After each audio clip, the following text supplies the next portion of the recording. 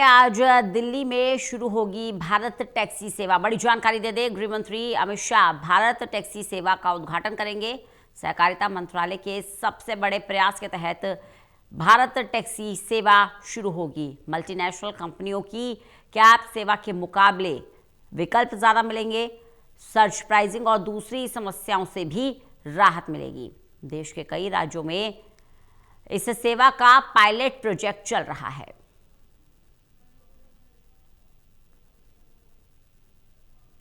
Bharat taxi सेवा जिसकी शुरुआत होने जा रही है और दिल्ली में इसकी शुरुआत होगी।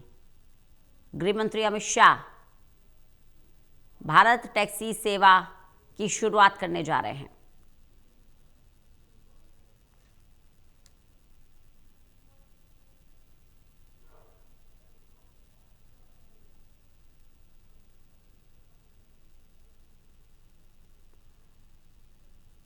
अब तक प्राइवेट कंपनियां जो मनमाने दाम वसूलती थी कैब सर्विसेज के लिए, उसका तोड़ निकालने के लिए अब भारत टैक्सी सेवा शुरू की गई है।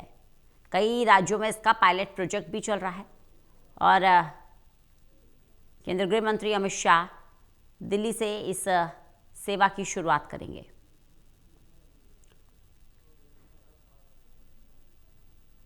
भारत टैक्सी सेवा का उद्घाटन आज दिल्ली में होने जा रहा है। केंद्रीय गृह मंत्री इसका उद्घाटन करेंगे। सर्च प्राइसिंग और दूसरी समस्याओं से राहत मिलेगी। मल्टीनेशनल कंपनियों की कैब सेवा के मुकाबले अब आपको ज़्यादा विकल्प मिलेंगे।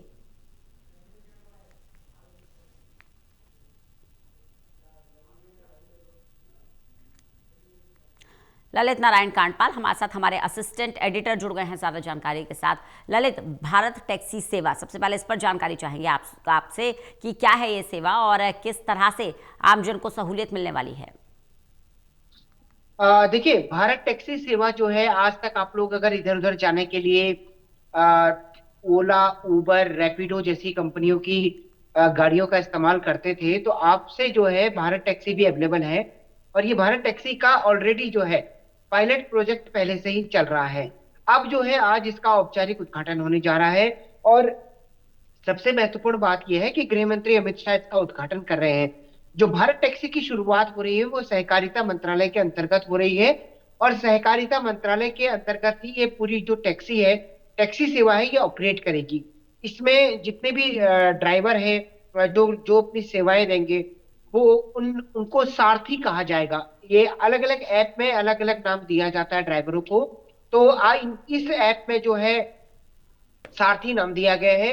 उनको मेडिक्लेम की सुविधा मिलेगी, उनको इंश्योरेंस मिलेगा। इसके अलावा अगर किसी दुर्घटना में वो घायल हो जाते हैं तो उसके लिए अलग तरीके के उपाय मिलेंगे।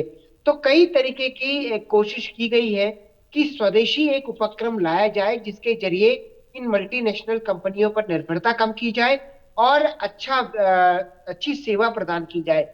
अभी देश के तकरीबन 5 से ज्यादा शहरों में जो है इस टैक्सी का पायलट प्रोजेक्ट चल रहा है। तकरीबन 1 करोड़ रुपया इस टैक्सी से सेवा से अर्न करके ड्राइवरों में बांटा जा चुका है। इसी तरीके से जो है कई अन्य जो है तकरीबन 3 लाख से ज्यादा जो है ड्राइवर इस पर रजिस्टर कर चुके हैं। तो सरकार की कोशिश यह है कि ज्यादा से ज्यादा लोग इस पे जुड़े और एक ऐसी टैक्सी सेवा बनकर सामने आए जो इन मल्टीनेशनल कंपनियों को मुकाबला दे सकेगी। जी बिल्कुल। अब इसकी विशेषता क्या होगी और कैसे उबर, ओला या रैपिडो जैसी अन्य सेवाओं से अलग होगी? देखिए रंजना, अभी मौजूदा समय में होता क्या है कि त्योहारों पर हो, बारिश पर हो, खराब मौसम में हो या फिर कई अन्य परिस्थितियों में हो, कई बार ऐसा होता है कि सुबह के समय में जब डिमांड ज्यादा होती है तो सर्ज प्राइसिंग आ जाती है। यानी कि अगर आपको मान लीजिए नोएडा से दिल्ली जाना है, उसके लिए एक नॉर्मल प्राइस जो है वो नॉर्मल प्राइस 80 रुपए का है। लेकिन अगर पीक आवर में कई बार बुक करने पर हम ये देखते हैं कि ये 80 रुपए का प्राइस जो है 110 रुपए का या 120 रुपए का हो जाता है। हम्म। वो इसलिए हो जाता है क्योंकि उसमें सर्च प्राइस लग जाता है। भारी डिमांड के बीच में आपको जो कैब अवेलेबल कराई जा रही है उसका कंपनी चार्ज ले लेती है। तो सबसे बड़ी बात तो यह है कि इस टैक्सी ऐप में, भारत टैक्सी ऐप में आपको सर्च प्राइस नहीं मिलेगा। इसके अलावा जितने सारथी इसमें काम करेंगे उनको अच्छा भुगतान मिलेगा और लोगों को कम रेट पर यह सेवा दी जाएगी। तो क्योंकि ये सहकारिता मंत्रालय का प्रयास है, इसके सरकार की कोशिश ये है कि एक अच्छी सुविधा मुहैया कराई जाए। जिस तरीके से मल्टीनेशनल कंपनियां इंसेंटिव देकर अपने किराए को कम कर लेती हैं, उसी तरीके से जो है भारत टैक्सी में भी ये प्रयास शुरू किया जाए और अच्छी तरीके से इस टैक्सी सेवा को चला करके जो मल्टीनेशनल कंपनियों पर आज हमारी निर्भरता हो गई है, उनको कम किया जाए। जी। सर के चलिए, नहीं होता, सर बहुत बोलता बहुत है शुक्रिया ललित हमारे साथ जुड़ने के लिए, इस जानकारी के लिए।